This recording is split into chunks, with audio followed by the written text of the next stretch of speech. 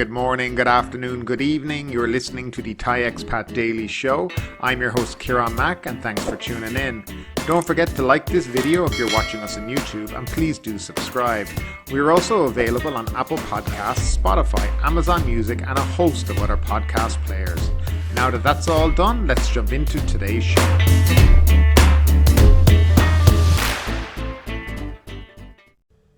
And we'll start off with the daily numbers. Thailand logged 11,252 new COVID-19 cases and 141 more fatalities during the previous 24 hours, the Public Health Ministry announced on Wednesday morning. There were 11,224 cases in the general population and 28 among prison inmates, and 17 imported from other countries. The number of new cases increased from the 10,919 announced on Tuesday when the country recorded 143 more deaths. On Tuesday, 13,695 COVID-19 patients were discharged from hospital after recovering from the coronavirus. Again, the numbers are pretty much in and around what they have been for the last week or so. Testing is still pretty low, so I think this is just more active case findings, but certainly not any kind of mass testing.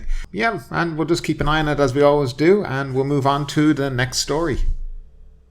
Disease law set for change. The Cabinet has approved a draft amendment to the 2015 Communicable Disease Act, seen as a new mechanism to replace the emergency decree in the country's ongoing battle against COVID-19. The state of emergency, declared under the emergency decree to facilitate the government's outbreak containment efforts, is due to expire at the end of this month when the amended disease control law is expected to be enacted. The Centre for COVID-19 Situation Administration, established under Section 7 of the Emergency Decree, will technically no longer exist if the state of emergency is renewed at the end of this month. However, in practice, the CCSA will continue to function, although it may have to be transformed into something else after the state of emergency is lifted, Deputy Prime Minister Vishana Krengkam said previously. Speaking after Tuesday's cabinet meeting, Deputy Government spokeswoman Rachada Dangderek, however, insisted the cabinet had yet to discuss the possibility of renewing the state of emergency when it expires on September 30. When the new law is in place, a body even larger than the CCSA may be established if needed, so it doesn't really matter if the CCSA is dissolved or not, Mr. Wasana said in the same interview. According to a cabinet source, the government is unlikely to begin enforcing the amended Communicable Disease Act by the end of this month as expected, as it still needs to seek parliamentary approval first. Ms. Rachada also insisted that the approved draft amendment to the disease control law doesn't grant amnesty to policymakers as feared by some observers. The amendment is aimed at enhancing the effectiveness of disease control and accelerating attempts to contain a serious new outbreak, she said, adding that under the newly amended law, the management of public health emergencies will be separated from that of any other serious emergencies emerging or re-emerging. In case a serious outbreak erupts, the emergency decree will no longer be needed. The amended Communicable Disease Act will be invoked instead, she said. The amended law will also allow a new body to be established to direct the fight to contain a serious new outbreak, she said. Now, I'm half expecting the emergency decree to be extended for another month because I don't think they'll have the law in place and passed through the Parliament by the end of this month, the 30th of September, when the current emergency decree expires. We also need to understand by giving up the CCSA and the emergency decree, the government will also be losing the power that they had to curtail all these protests that have been going on throughout Bangkok and various other cities around Thailand. They've basically been using the emergency decree to stifle free speech, and with that being gone, they will have issues with stopping these protests because they've been using the fact that it's an emergency decree and we can do whatever we like. Because of that. So that actually would be quite a positive thing when the emergency decree is put to bed.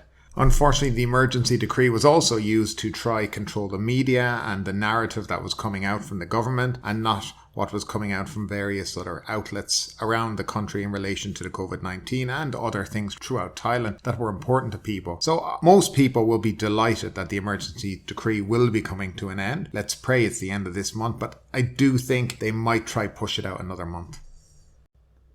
And our next story, Passenger Processing System to check arrivals' health info. The Advanced Passenger Processing System, APPS, is being upgraded to check incoming air passengers for their health documents ahead of their arrival, as the country is set to reopen to international tourism starting next month, according to the Airports of Thailand. AOT President Nitinai Surimakakkarn told a talk program on Tuesday a similar system has been in place to single out people with criminal records as a means of heightening border security. The APPS allows customs officials, airports and airline staff and immigration police to obtain the profiles of passengers from their countries of origin. They can check if passengers are blacklisted or banned from leaving a country. Authorities share passenger information, and passengers whose profiles are clean will be able to pass immigration checks faster, according to the AOT. Now the system is being used to run checks on incoming passengers for their health certification and whether they meet vaccination requirements. The APPS meets global standards in its capability to verify the authenticity of vaccination certificates.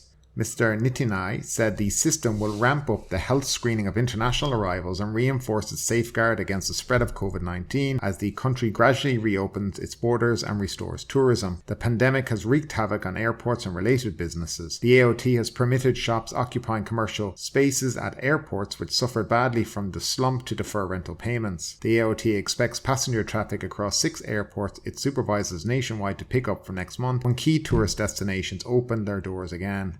Combined passenger volume at the 6 airports, Chiang Mai, Mae Pha Luang in Chiang Rai, Phuket, Hat Yai, Suvarnabhumi and Don Muang have dropped dramatically to 15,000 a day from 400,000 in the pre-COVID period, Mr. Nitinai said. Now, the app system, I'm not quite sure the Thai authorities understand that's not exactly how it works. You just can't look up people's health information from another country. Health information is private. A doctor is not even allowed to share health information with the police, let alone a government would ever probably release their health information. And health information is a vaccine certification, whether or not you've been vaccinated and what type of vaccine is private information. And I certainly would never trust the Thai authorities with any kind of information because they have the worst IT I have ever seen in the world. I will come up with talk about another story later on about some records of 108 million tourists who've been coming to this country that had their documents leaked, by the way, but that'll be another story. So let's just stick on this for a second. The idea that a country in the EU would even consider sharing your health records with the Thai authorities through this system is just nonsense. It's just never going to happen. Now, what they actually are talking about is using another app, because I've read this story somewhere else, and you would have to submit your information to that app, which would then upload it onto this app system. So you would actually have to voluntarily do that. The way people have been kind of talking about data over the last, year in relation to their private medical records, I doubt many people would be too happy to have stuff being left on a server that could be leaked. And that's your private information. Your health information is your health information. Unless they can prove that it's 100% secure, I really don't think people are going to be giving up their information too quickly. For example, the IATA Pass. Now, that's a digital certificate that's only kept on your phone. It's not stored anywhere else, and that's why I think that's a better option in relation to travel, because at least you have control over it. It's on your phone only.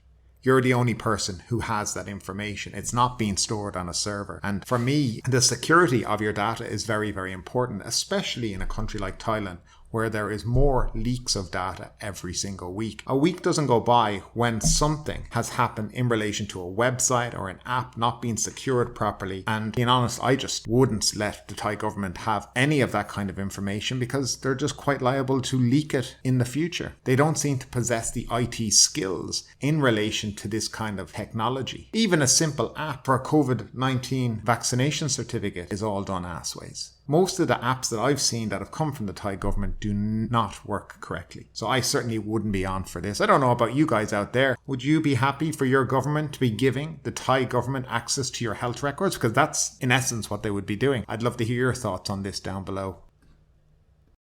And now for the featured story of today. Government delays plan to reopen cities to tourists until November. The government has pushed back plans to reopen Bangkok and some other cities to foreign arrivals until November due to vaccination rates falling short of targets, a senior official said on Wednesday. Officials earlier this month said they plan to welcome vaccinated tourists without quarantine to major cities including Bangkok, Hua Hin, Pattaya and Chiang Mai in October to revive the country's crucial tourism sector. Cities we've targeted have not reached 70% vaccination rates, and so we have to push out the date to November, Tourism Authority of Thailand Governor Yuttasak Supasorn said. Despite being a production hub for the AstraZeneca vaccine, the vaccine rollout has struggled to keep pace, though Prime Minister Prayut Chan-o-cha pledged on Wednesday to speed up inoculations. So far, 44% of residents in Bangkok have received 2 doses, government data shows. Overall, the country has vaccinated 22% of the estimated 72 million people living in the country. Up to now, international tourism has only launched on the islands of Samui and Phuket. The country welcomed 40 million arrivals in 2019, who accounted for more than a fifth of gross domestic product, but this year is targeting 1 million visitors.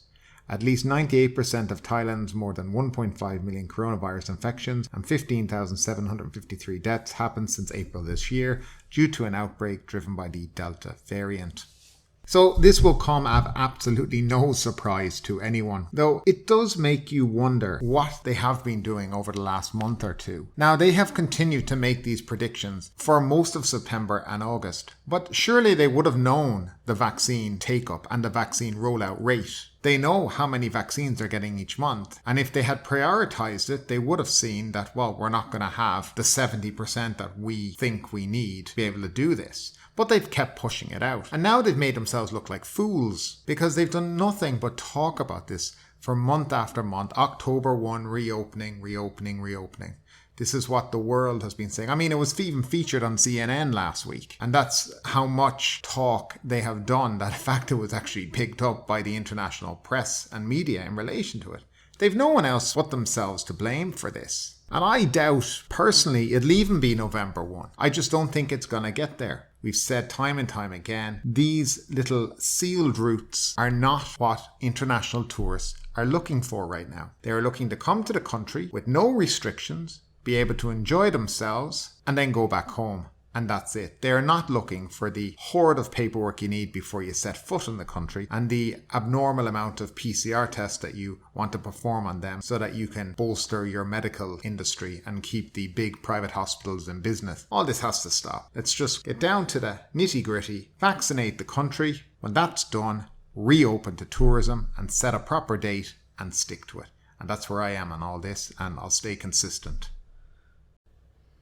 And next, personal details of 106 million visitors to Thailand exposed online for 10 years. Research by a leading cybersecurity firm has revealed that a database containing the personal information of 106 million international visitors to Thailand was left exposed online for a period of 10 years. The unsecured database containing international travel records was left exposed on the web without a password, researchers from Comparitech confirmed. Dates on the records range from 2011 to the present day. Personal information of travellers included date of arrival in Thailand, full name, sex, passport number, residency status, visa type, and Thai arrival card number. Bob Diachenko, who leads Comparitech's cybersecurity research, discovered the database on August 22, 2021 and immediately alerted the Thai authorities, who acknowledged the incident and secured the data the following day. Diachenko surmises that any foreigner who travelled to Thailand in the last decade might have had their information exposed to the incident. He even confirmed the database contained his own name and entries to Thailand. The database was indexed by search engine Sensis on August 20th, with Diachenko discovering the unprotected data 2 days later. He immediately took steps to verify and alert the owner in accordance with the company's responsible disclosure policy.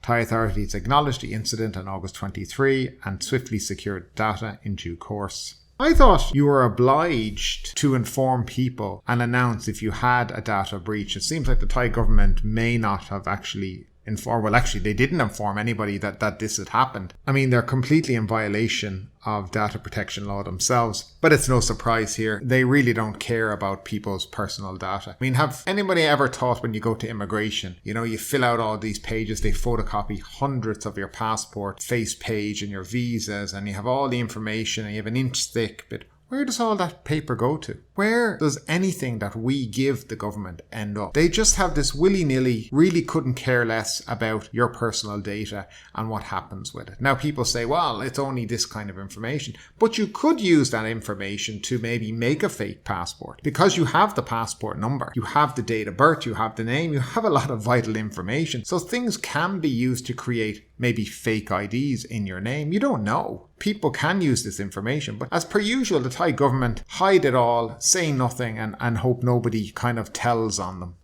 Well, thank God somebody finally did, because we finally found out the truth. I think the reason that it's come out a month later is probably because they realised, this Comparitech realised that the Thai government weren't going to tell anyone. And they've suddenly had to come out then and say, listen, we found this breach, because it looks like the Thai government had no plans to mention it to anyone, which in my opinion is just disgraceful.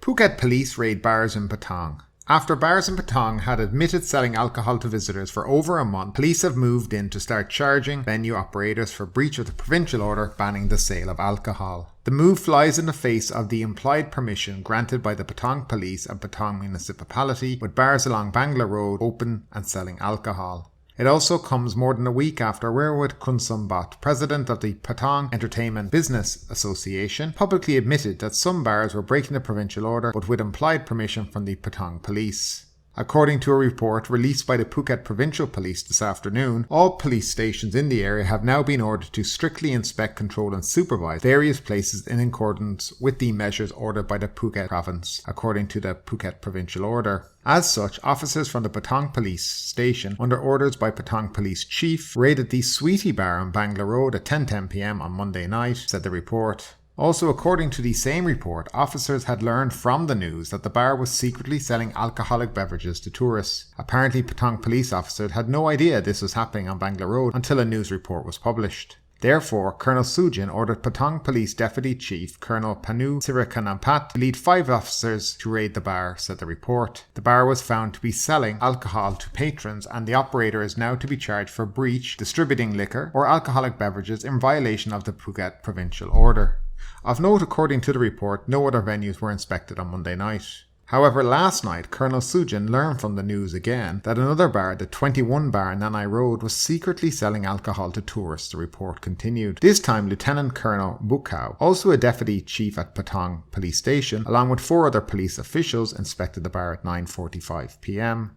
Officers found the venue to be in breach of the provincial order, and the operator was also charged with illegally selling alcohol. Apparently, Colonel Sujin last night also learned from the news that Harry's restaurant had been illegally selling alcohol beverages to tourists, the report noted. The police and his 4 accompanying officers inspected the venue and found it in breach of the provincial order. As with Sweetie Bar and 21 Bar, the operator was also charged with illegally selling alcohol. Now, it seems that the police had no idea this was going on in Patong, but actually what's really happened was the Phuket News basically dobbed them in. They wrote an article last week about all these bars being open, and I'm pretty sure somebody read it and was like, this is not a good thing. I mean, I think they were hoping to keep it on the down low, and then people wouldn't kind of know about it, or, just people wandering by would see and go in, and it wouldn't be a big deal. But when you start publishing it, in a newspaper and a website, people tend to see it. Also, there's a lot of idiots out there. I've seen on Facebook lots of people discussing being on Bangla Road and going to different clubs and bars and posting photos, and even on TikTok posting full videos. Actually, one of those bars that was raided, I saw a girl on TikTok post a video from there 2 nights ago with the place packed with people partying, having a great time, enjoying themselves, and then 2 days later they're closed, raided, and probably won't be open for quite a while. So maybe they might have to thank that lady on TikTok who had been posting videos of the establishment. I mean, to be honest, I'm not in favour of all this nonsense anyway. I think the bars should be open. If this is the sandbox model they're talking about, they want to entice tourists, then everything on the island should be open, and that should be the actual model, not the model of, come on in, by the way, nothing is open when you get here, and we have strict health and safety rules in relation to COVID-19, and you really can't do that much. But anyway, I feel sorry for some of these bar operators too. I mean, they've been basically closed since April of this year. It's 5 months now. It's just way too long. And there's no governmental support in terms of money to help out these guys. It's just, you're shut, that's it. By the way, you're not getting anything from us. And that to me now doesn't sit well either. And next up, the Phuket news. Phuket reported 256 new COVID infections in the past 24 hours. 2 of them were from the sandbox program. Over the past 7 days, Phuket has recorded a total of 1,676 COVID cases. We had 289 international arrivals through the sandbox scheme, all tested negative for COVID on arrival. They arrived on 4 flights, 1 Cathay Pacific, 1 Emirates and 2 Singapore Airlines. 715 travellers tested negative for COVID during their second and third test, with 1 testing positive. According to the TAT News, Phuket's population has reached 84% fully vaccinated. Since the 1st of July, 35,169 travellers have availed of the sandbox programme. And in other news, Governor lays down rules for Phuket Vegetarian Festival. All Masong spirit mediums and their assistants must be fully vaccinated before being allowed to join ceremonies during the upcoming Vegetarian Festival, Phuket Governor Narong Wonsi has announced. Army sets up food kitchen for Rawai Sea Gypsies under lockdown. The 4th Army Region of the Royal Thai Army set up a food kitchen at the Rawai Pier Bridge yesterday, September 20th, to provide food to the Rawai Sea Gypsies community that have been under enforced lockdown since September 15th. And finally, new Phuket anti-COVID campaign in full swing. 9 teams of medical staff under the newly formed Phuket Comprehensive COVID-19 Response Team, Phuket CCR, began their intensive screening of communities across Phuket with the goal of testing 25,000 people within 3 days. But ultimately, with this story or anything else that stood out to you today, I'd love to know your thoughts in the comments down below. Because yes, this is a news show, but it's also a conversation. Now keep that conversation going, make sure you like this video, subscribe to the channel, share the video, and do all the good stuff that does help that YouTube algorithm. But ultimately, my name is Kieran Mack, you've been listening to the Thai Expat Daily Show, and we will see you next time.